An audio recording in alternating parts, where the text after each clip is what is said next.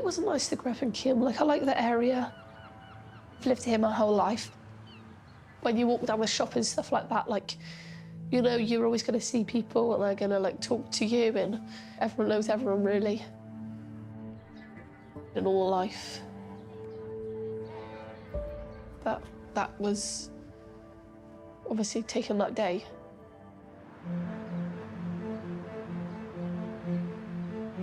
I was due to go to my mum's. I spoke to my mum on the phone and said, I'll be out in a minute. And then that's when she realised that there was police and ambulance and stuff like that down the road. She went outside and someone that we know drove past. My mum was like, what's happened? And she said, oh, Jake's got a gun or something. He's been shooting people. Can you walk away? Go away, please, now. Some breaking news this hour. There have been a number of fatalities in a serious firearms incident in Plymouth in southwest England. 22-year-old Jake Davison killed 5 people for turning the gun on himself. It's weird, because I used to go to school with him and stuff, and I knew him really well. He literally lived down the road from me. I kept thinking, like, why would he have done that? What could have triggered it?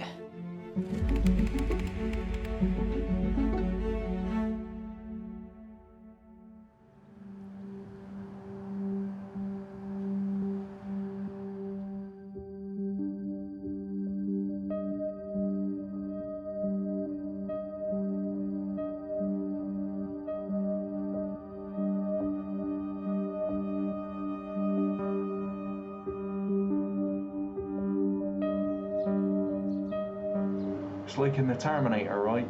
These machines are unstoppable, killing machines that can't be beaten, can't be outsmarted. But yet, humanity still tries to fight to the end.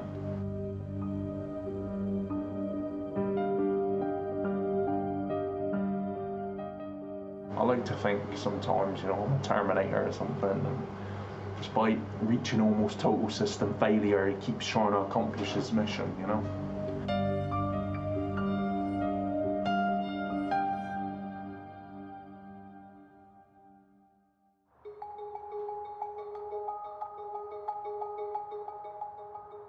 I'm not sure if I knew Jake before starting school, because obviously I was only 7, but we came from the same area and obviously we got to know each other in school and stuff. Mount Timor was a behaviour school, and in order to go to that school you had to have a statement. You've got to have some sort of mental health issue. It was always something that had triggered us. It wasn't like we were bad children from nowhere. It was something that had caused it in life, I would say.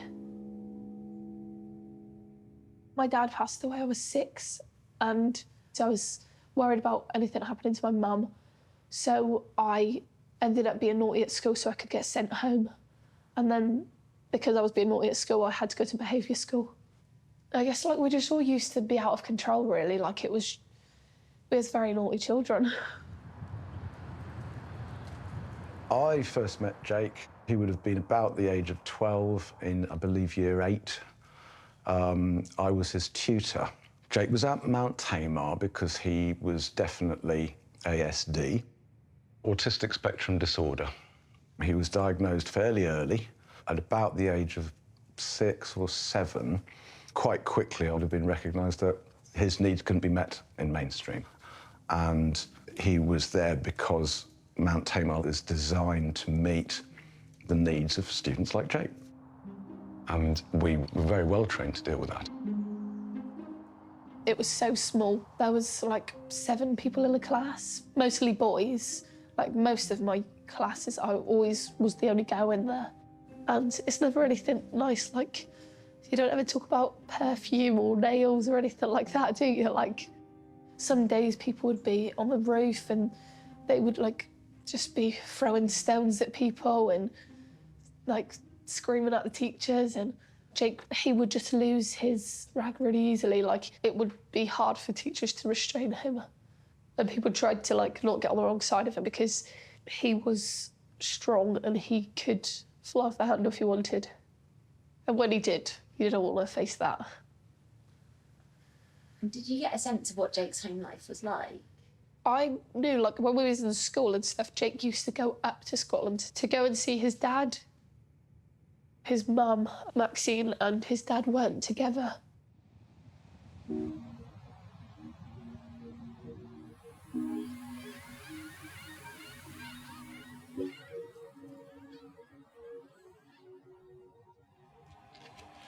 Got many of him because he didn't like his photograph taken. Me and Maxine, his mum, had 3 children together, and Jake was the youngest. When Jake was a little boy, me and Maxine, we divorced, we separated, it didn't work out. Jake's brother and sister, as soon as they got old enough, they left home. So it's just him and his mum. He was close to his mum, he knew her. He understood her, the way that she would go on. But they used to argue a lot in that house. It was a difficult household that he lived in. It was a very volatile environment. Jake lived at home with his mother in a 2-bedroom council house in Keyham, probably one of the most socio-economically deprived areas of what is overall a fairly tough city. But during the time that I knew Jake, he responded extremely well to the specialist care that he was offered. He became very positive, young man with a lot going for him. You know, he was enthusiastic. He wanted to do stuff. He wanted to learn. But once he left school, he slowly and surely moved out of the care of the state and into adult independence.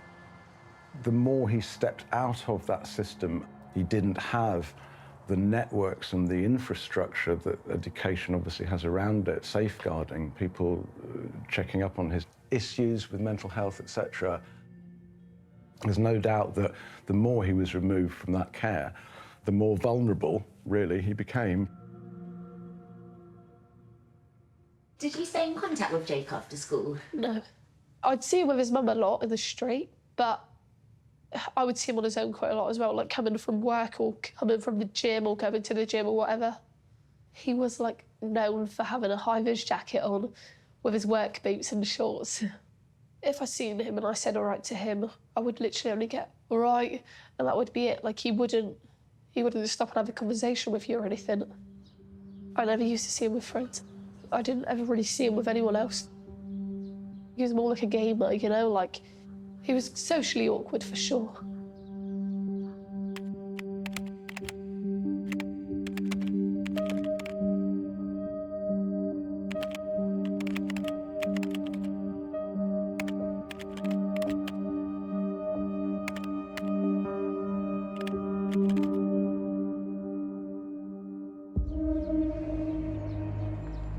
The Prime Minister has announced the most drastic limits to our lives that the UK has ever seen in living memory. The aim, he says, is to save lives in this time of national emergency.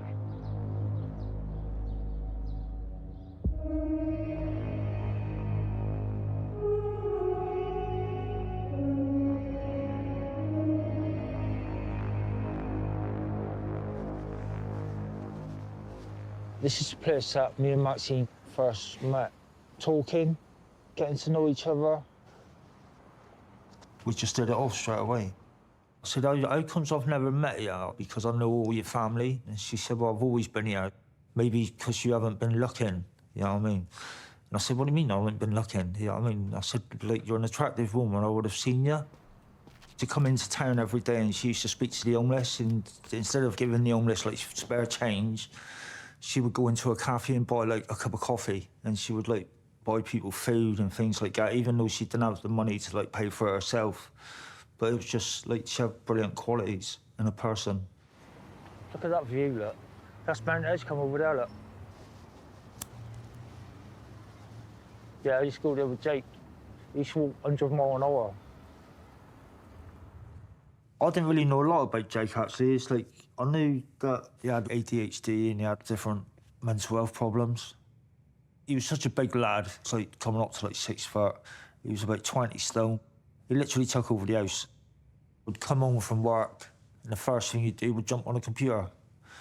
And he'd sit there for like, I don't know, 6 hours. It's like I should get up in the middle of the night if I was staying at Maxine's, go to the toilet, and he'd still be on the computer. It's like 4 o'clock in the morning. We thought he was playing games, but he was on like other things in his room that we didn't know about. You know what I mean?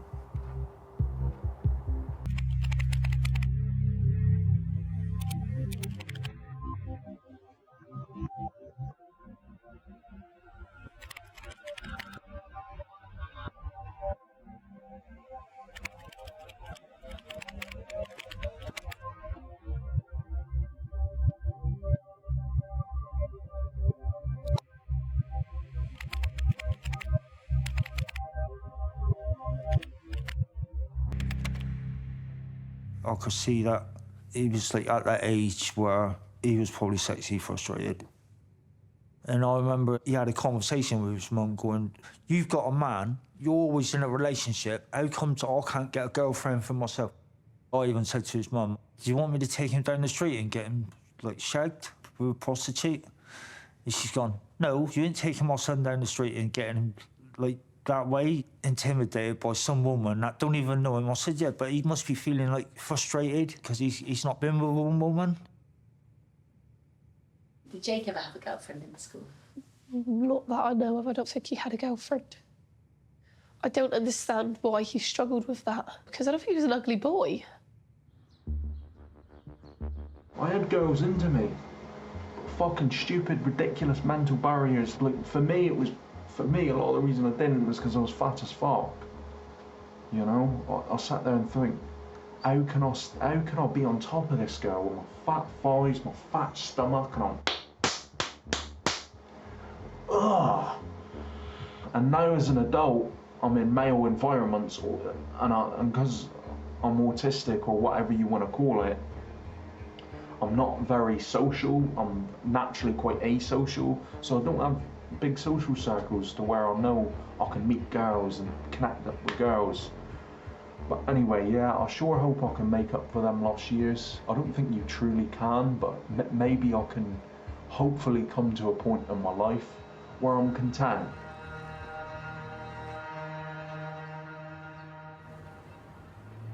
See that window there? See the third one up? I've jumped from that window to the floor.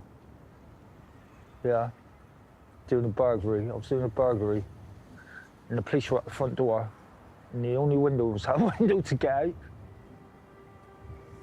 The first time I ever met Maxine, I just got out of jail. You leave jail with like £46 in your pocket, and then you have to fend for yourself, go back to signing on, but I didn't have nowhere to live. So I was on the streets for like 4 months.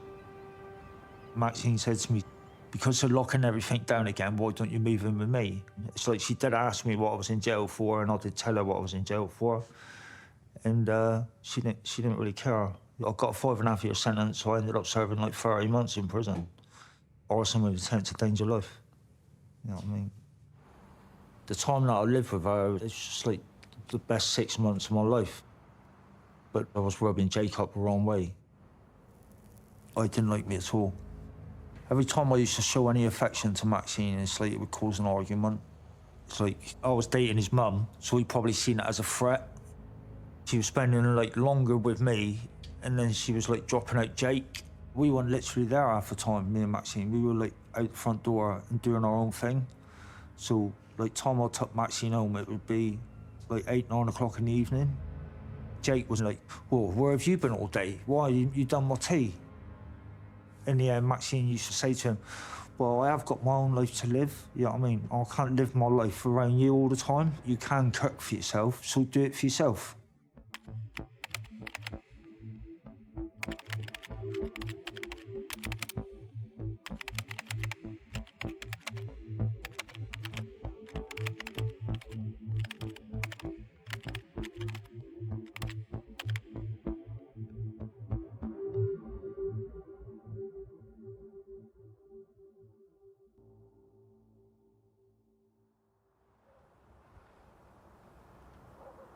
I was there that night when that happened. It started off with an argument between the two of them. And the thing with Maxine was she would never back down from an argument. Even though when she had an argument with her own son, she was always right. He took a late night walk. He was walking down through Central Park, and they've got a skate park off to the left.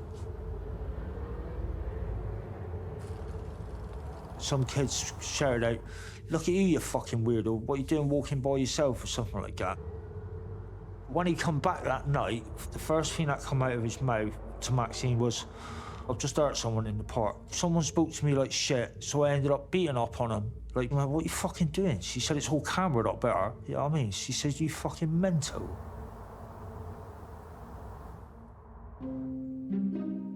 I'm a crime reporter. I've been a reporter for a variety of local newspapers for about 27 years, first in South Essex and now down here in Plymouth. In 2020, I reported on an assault of 2 kids in Central Park. Turns out it was Jake. Jake has had an argument with his mum, and the tactics he'd been given through school was take yourself away from the scene. And his version of calming down was to go for a walk. And he walks past a skate park, and somebody shouts out, "Oi, look at that fat cunt." And his feeling is, I'm not having that. How dare they?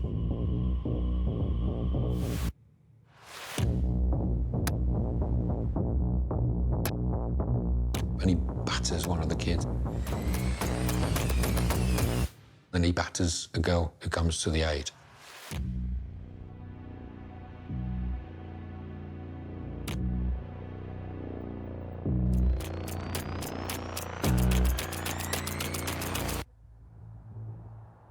Maxine said to him, "You've done this problem yourself, so you need to ring the police up and report it and tell them who you are."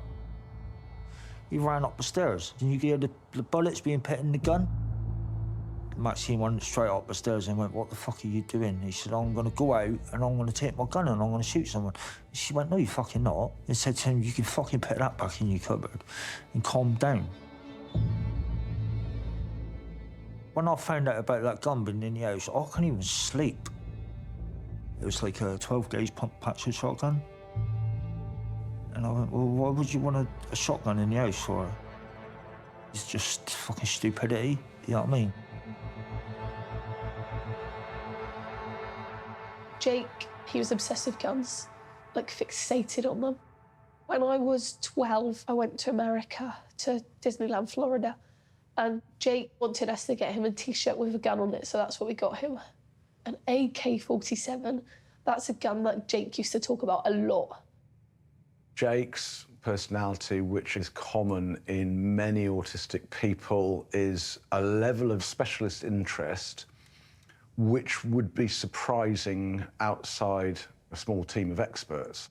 With Jake, it was guns.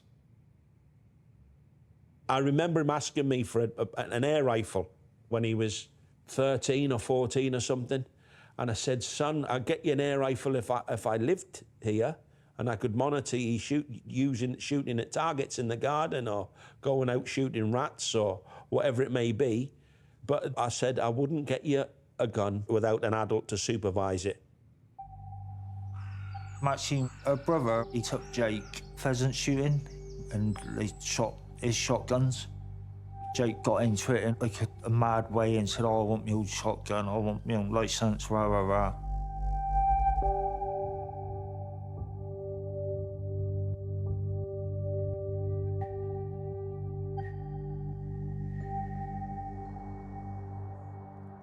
He was given a reference by a person from Mount Tamar School. And I believe, genuinely, knowing that person believed that that was a good thing, that it would allow Jake to pursue what had been a childhood interest. And I can see how a person might think, well, actually, maybe that's exactly what he needs. Should he have been given a gun? I did a lot of research into that. The people who wanted him to achieve what he wanted, which was to have a gun, did it for good reasons. They wanted to help him in as much as help him find the right direction. His uncle, he'd been a gun owner for years and years and years. He saw Jake's interest in it. He knew him as a nice lad, but he was like, "I'll take him under my wing." His teacher She even went to the steps of going round to the house and sitting down with the mum, Maxine, and Jake to go, you know, you've contacted me about me being a referee. Let's talk it through. Why do you want to do it? It wasn't fly-by-night. It wasn't flippant. There was a sense of, if this helps him, and he needs help, maybe this will be the thing that makes him feel confident.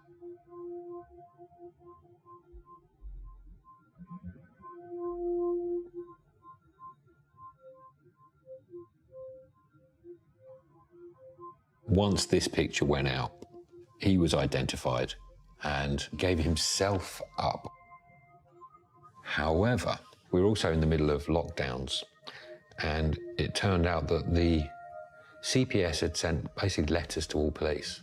Can you consider out-of-court settlements? And one of the routes they thought was this thing called Pathfinder, and it's deferred caution, deferred charge scheme, which was run by the force. And the idea is, let's reduce the harm and reoffending through mediation, get them to do certain courses.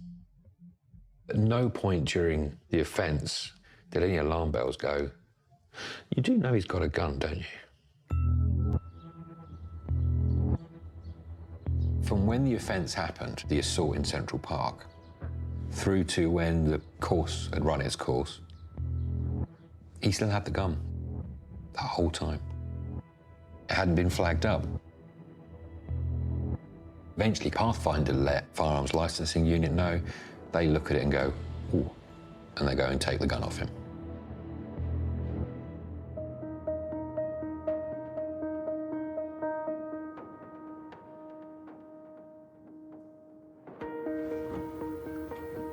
Jake, he was on good money. He was on like £1,500–1,600 a month.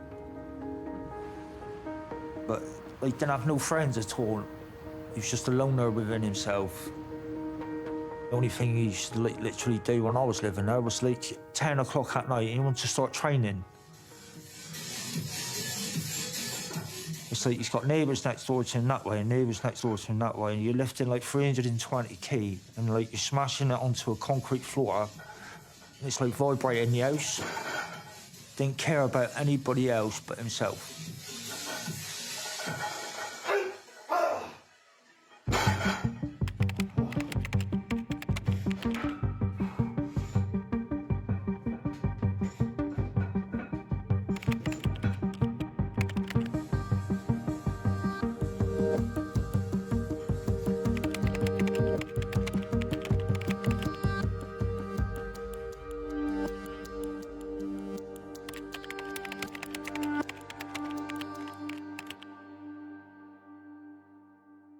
I started seeing more of Jake as he got older. But then he just started to withdraw. I'd phone him up and say, Jake, do you fancy doing something today, son? And he'd say, oh, Dad, no, I'm busy now. But 6 months ago, he would have said, yeah, no problem, Dad. And then he just started seeing less and less of him. And I just thought either he got involved with a girlfriend, or he had a group of mates, or he was doing something else with his pals, or whatever it may be. I've been over the house just to be around him. Jake's been on a computer. I've just thought he's looking at something that he's interested in, some sort of to do with space or something to do with the military stuff. That was the time that he got more and more into that incel thing, which I didn't know anything about till all of this happened.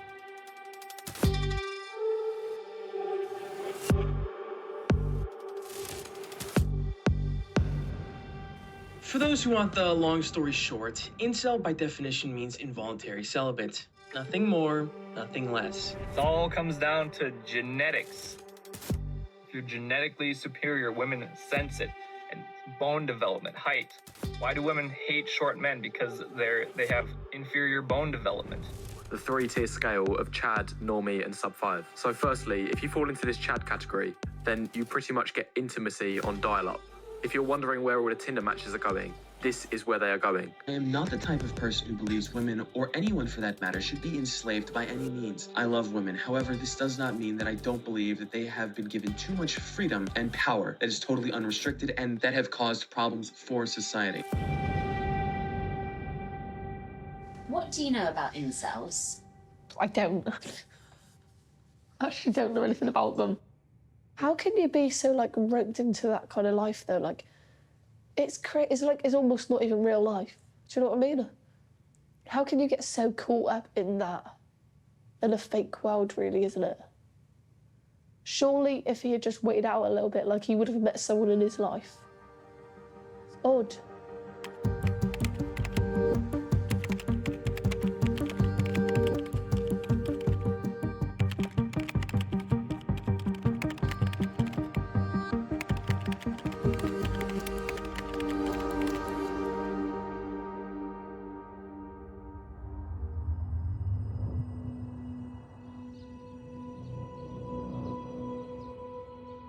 Every time I used to show any affection to Maxine, it's like it would cause an argument.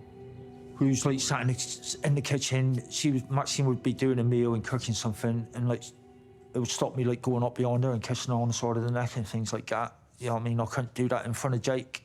As soon as he seen something like that, he'd be stomping up the stairs, and it'd be like a 3-year-old having a tantrum. He was like punching doors and he was like punching the wall, punching things all the time. It's just like, it's just a manic house. So I was most concerned about Maxine getting out.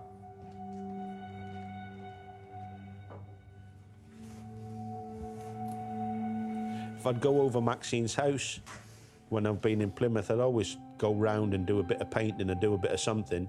We'd become good friends in the latter years of our lives. I knew she had a boyfriend, but it didn't make no difference to me. I was just over there. It was easy to see Jake. But I knew that there was a lot of arguments that went on in the house just by the damage to the doors and things like that. And I'd say what's happening, and then Jake just, oh, I don't want to talk about it. It was difficult to try and find out what to say, you know, how to counsel him. Did you ever sense or see any violence in the household? Yeah, I did, yeah. Yeah. He, like, gripped her by the throat a couple of times. You know what I mean? It's like we'd grab her by the wrist sometimes. And the boy's got a big hands on him. He's got hands like shovels. You know what I mean? You know, like twice the size of my hands. You know what I mean? And sometimes I would see bruises on Maxine and I knew she was getting hurt by him. You know what I mean? But she wouldn't say that. She wouldn't say that to me. She went to, like, mental health, didn't she? And she even rang the police and said, oh, is there any chance you can get help for him with the mental health team and things like that? And, like, she just kept on ringing them up all the time. And she just couldn't get no response back. But she'd been doing it for years. From an early age, from the age that he left school, she just couldn't seem to get the help.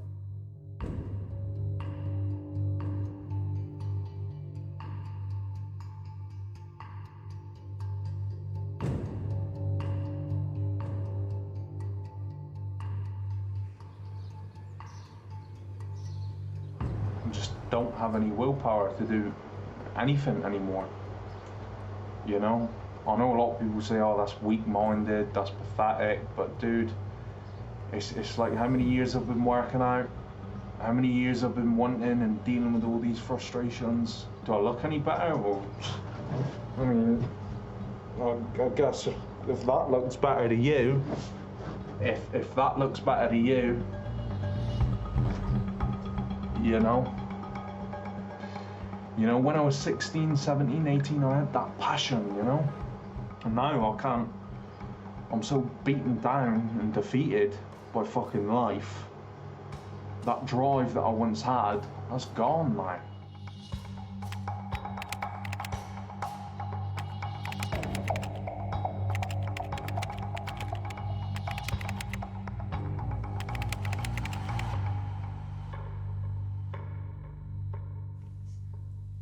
There's things that Jake missed out of that he needed when he was little. He would like to have had his dad around and stuff a little bit, and I would have liked to have been around for him, but I used to love the pub. I was still fishing at the time and stuff, so when I was coming in from sea, I was getting drunk and getting into trouble with the police. And you can only go before the court so many times before they start giving you prison sentences, and I was drinking quite a lot them days. I mean, I was going to sea, going back to sea, going to prison, coming out of prison and going back to sea. That wasn't good for a marriage. That was why I miss so much of Jake's younger years. I'd have to go to an access centre and stuff like that to see him. Didn't always get there, so it looked like I didn't care and I wasn't bothered, and I was.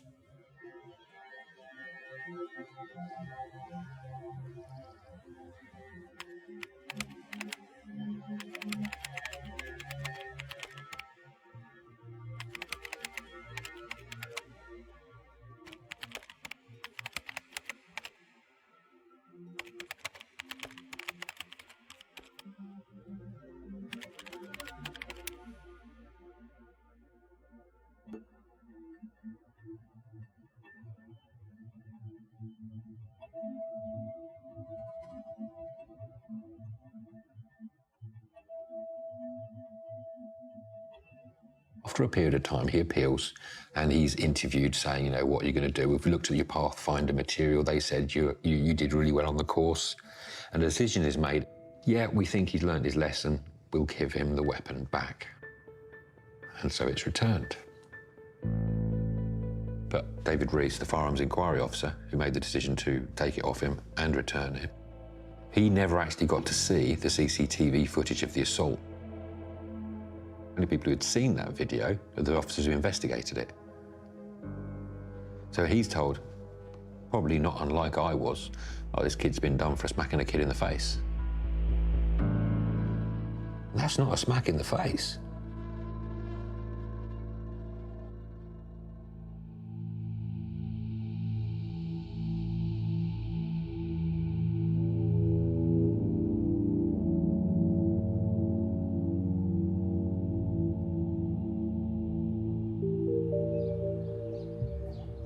Women are very picky.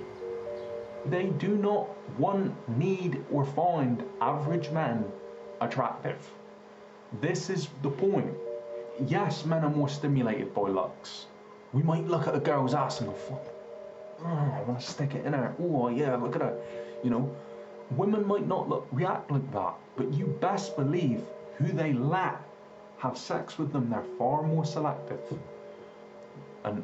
And most women, a lot of women are very simple-minded and they ain't all that bright. Name me one example, one time, where a woman has genuinely got with, genuinely loved and desired, like she does Chad, like she falls head over heels for Chad, like she gags on fucking Chad's dick, like she does for a 5'4" fucking balding, fat, ugly man. Never has it happened once. Never.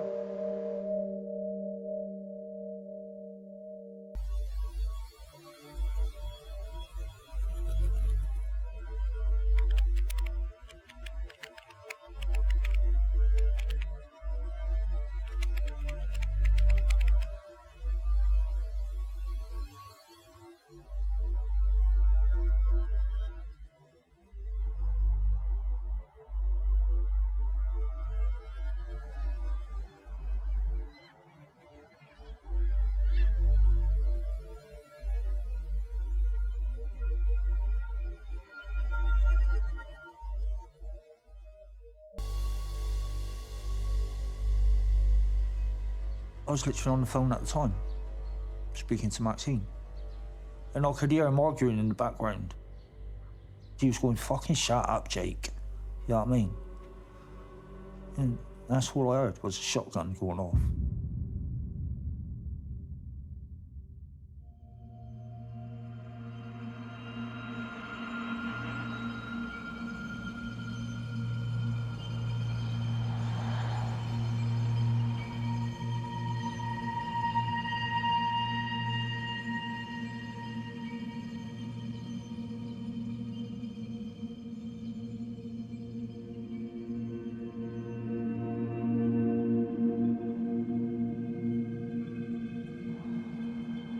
The call came over the radio, 6:10, I think it was. There's been a shooting. The first thing that went through our minds was, oh, it'd be a BB gun or an air pistol, because there was no other information provided at that moment in time to think anything different, because it doesn't happen in Plymouth. We put the emergency lighting on and blue lighted.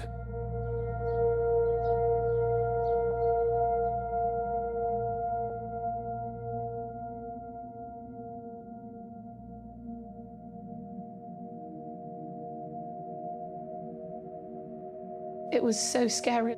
I had my little boy and he was only 2, and then I was heavily pregnant. But I needed to be with my mum, like I needed to know that she was okay, because obviously it's really scary happening right outside our house.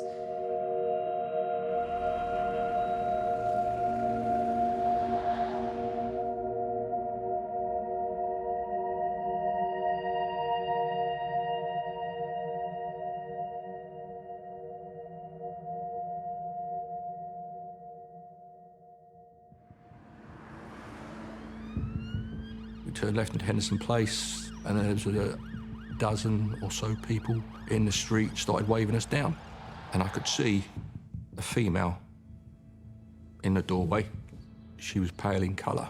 Her eyes were open, but then I could see her stomach injury, and it was a severe stomach injury. I went round the car and straight to the casualty. One of the first things I said was, "You'll be all right. Police are here, and we're going to look after you."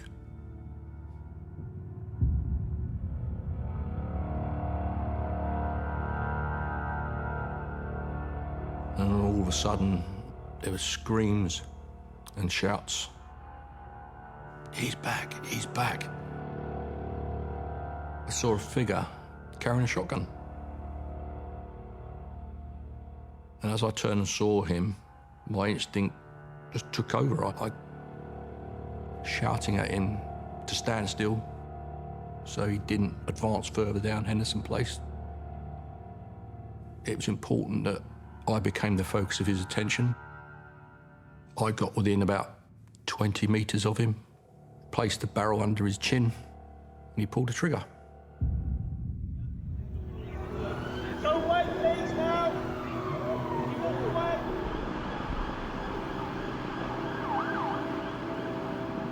I just didn't believe that it even happened. Like, it was just crazy.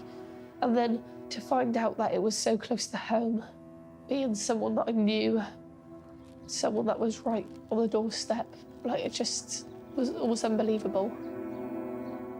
How could you do that? My daughter phoned me and said, "Dad, get over to Mum's house." I says, "Why?" She said, "Dad, just get over here." There was a policeman there, and I said, "I'm Maxine's ex-husband, and I'm Jake's dad. Is there anything I can do?" I thought they'd had a big argument, and I thought, worst case scenario, I thought Jake had punched his mum. He said there's been a shooting at Biddick Drive. There's fatalities. I'm on a WhatsApp group, lads being on it, like just banter jokes, all that sort of thing. And someone shared something on there of something serious had happened in Plymouth. Then it was getting revealed there'd been a shooting. I then went on Facebook and had a look where it was. And they cordoned the road off the other side of the road to where my brother, Lee, lived. Just messaged him out of precaution, really. I still didn't think it would be him in a million years, because it doesn't happen to you, it happens to other people, doesn't it? Then I got the phone call to tell me it was him. All I remember is I've got to put my shoes on to go around and tell my dad. That whole time, from that second when I was in my flat to actually walking into his flat, even when I got him to sit down, I'm still thinking, well, what's the right way to tell him this? And then I just had to say, there was no easy way to tell your dad. Lee and Sophie had been killed.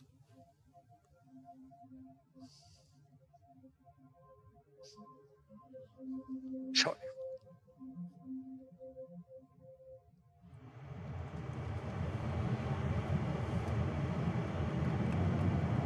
I was just working the late shift that night. Could have been anybody else, really. But because I knew the patch and because I had the contacts, I just thought I need to pop out there. I'm the crime reporter with Plymouth Live. We're at Biddick Road in Keyham for tonight. The incident that's happened a few hours ago, it's been described as a critical incident. It wasn't just a shock to the city, it was like a bomb going off, especially in Keyham. Just really ordinary local town in the middle of Plymouth. And the fact it was somebody who lived in the street, one of their own, the fact that it was so unutterably random, it's horrible, because it just leaves you on the edge of this cliff going, yeah, but why? sad time for this part of the world, but our community will show the rest of it how good we are. Just such sadness. I remember the amount of people crying, watching strangers who didn't know each other, holding each other. The more the details come out, the more sickening it felt. It just felt like a punch in the gut. Those that were targeted had done nothing wrong. This was just someone who went out and did what he did. People who were walking past. That could have been me. That could have been anyone on this street. It was the randomness, because it wasn't like people were putting themselves in a bad situation. It wasn't like they were in a wrong crowd. It wasn't like they were doing something wrong. This was just pure innocent people. And it was just a horrible thought.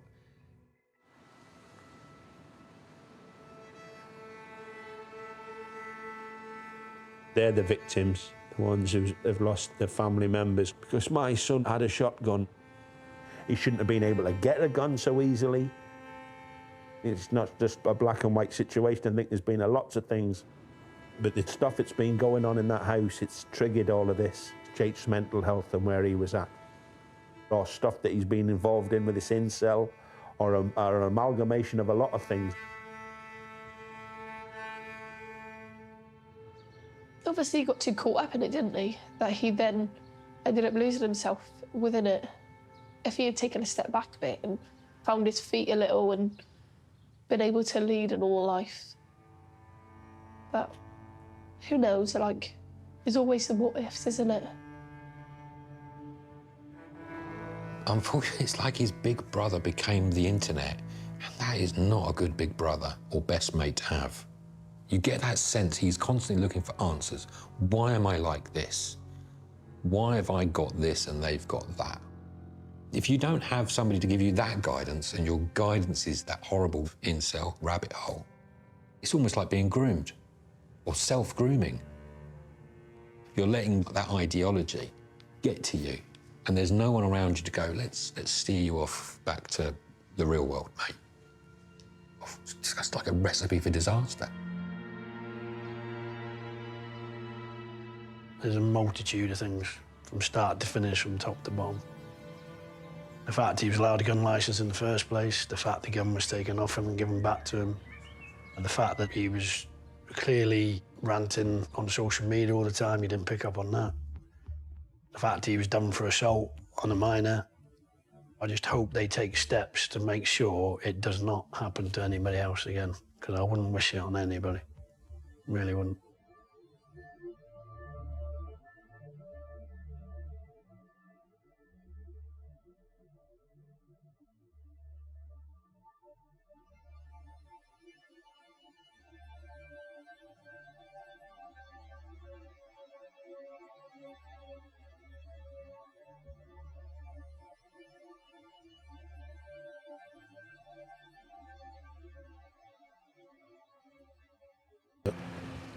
Mir from already this yellow one and the little first and where I did.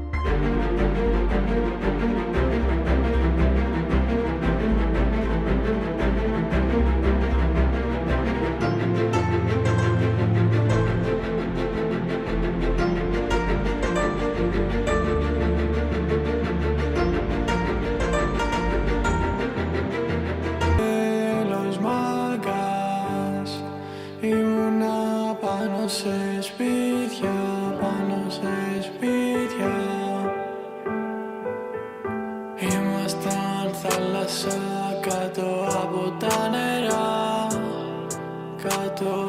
Κάτω από τα νερά. Ήμασταν θάλασσα κάτω από τα νερά. Από τα νερά.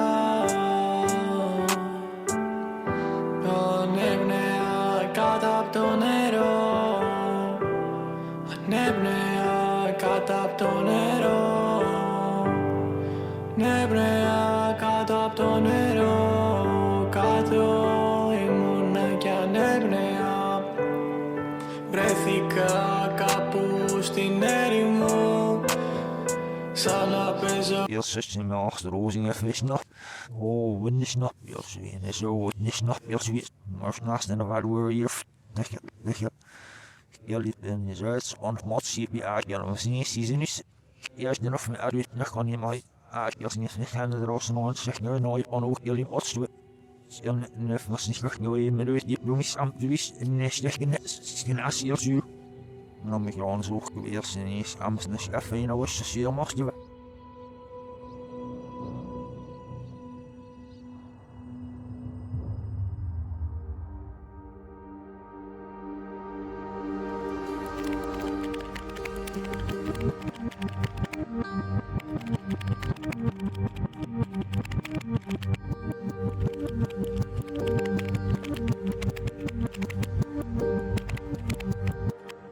Snart.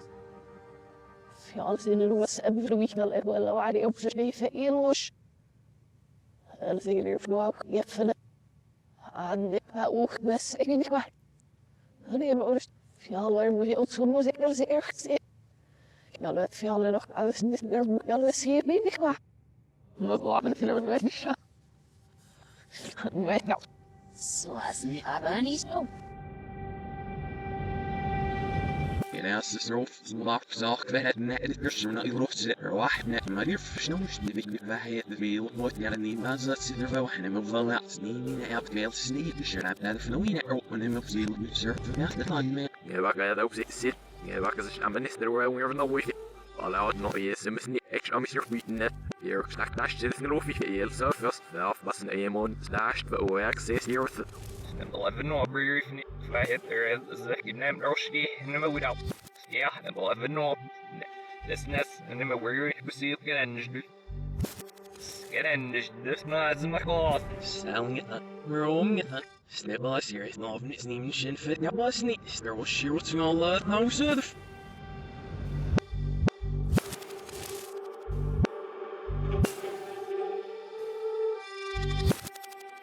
نبحثي دلوقتي يا بنت أنا وندي داشتو يخلصني أدش نروم أكي إن ما أستسوء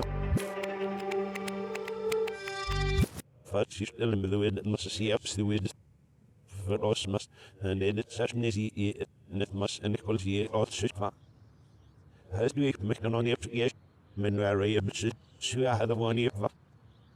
Här med en var så att det uppstod netmas nu ut där just är med yrke där i grån nerflag det var ni och det gena åt sjuka. Med vad sällnes det att sin den där mål bort var nej så vi hur gotnomskis واني زي ما لا نويس هنا سيادة نتمس نويت نافي إيش يسربها من وفرة روج ثوت الأشجي ندم نلو أجزاء زكيش برام نيس الأشتا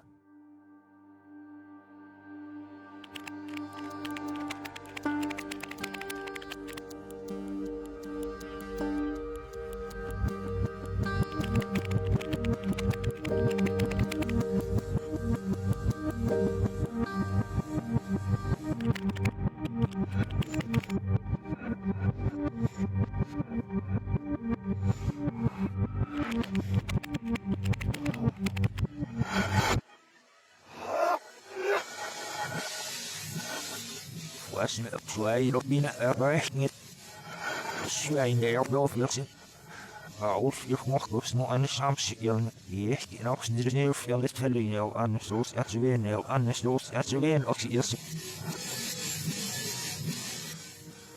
نيرش أوسس نويان أخوة خناس استيل سبان فيتسوان ويت يرستيل إلتشين فينو واسمنا ببرن ولا تشوي لوس تزنيرفون هانت يب ما بنحبش نتيسين تفي مازوي نمبر مازوي يش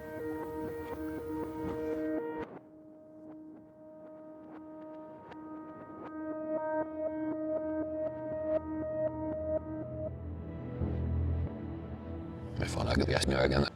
Hoe werken het geleerd? Ja, en nu is het zelfs maar af. En af vaak iets niet. Maar ik help van die dag. Ja, dat is wat. Maar ik laat het zien. Zorg zijn oude zorg. Wil nou weer stuur. Ja, moet net nieuwe zitten. Dat is net fijn.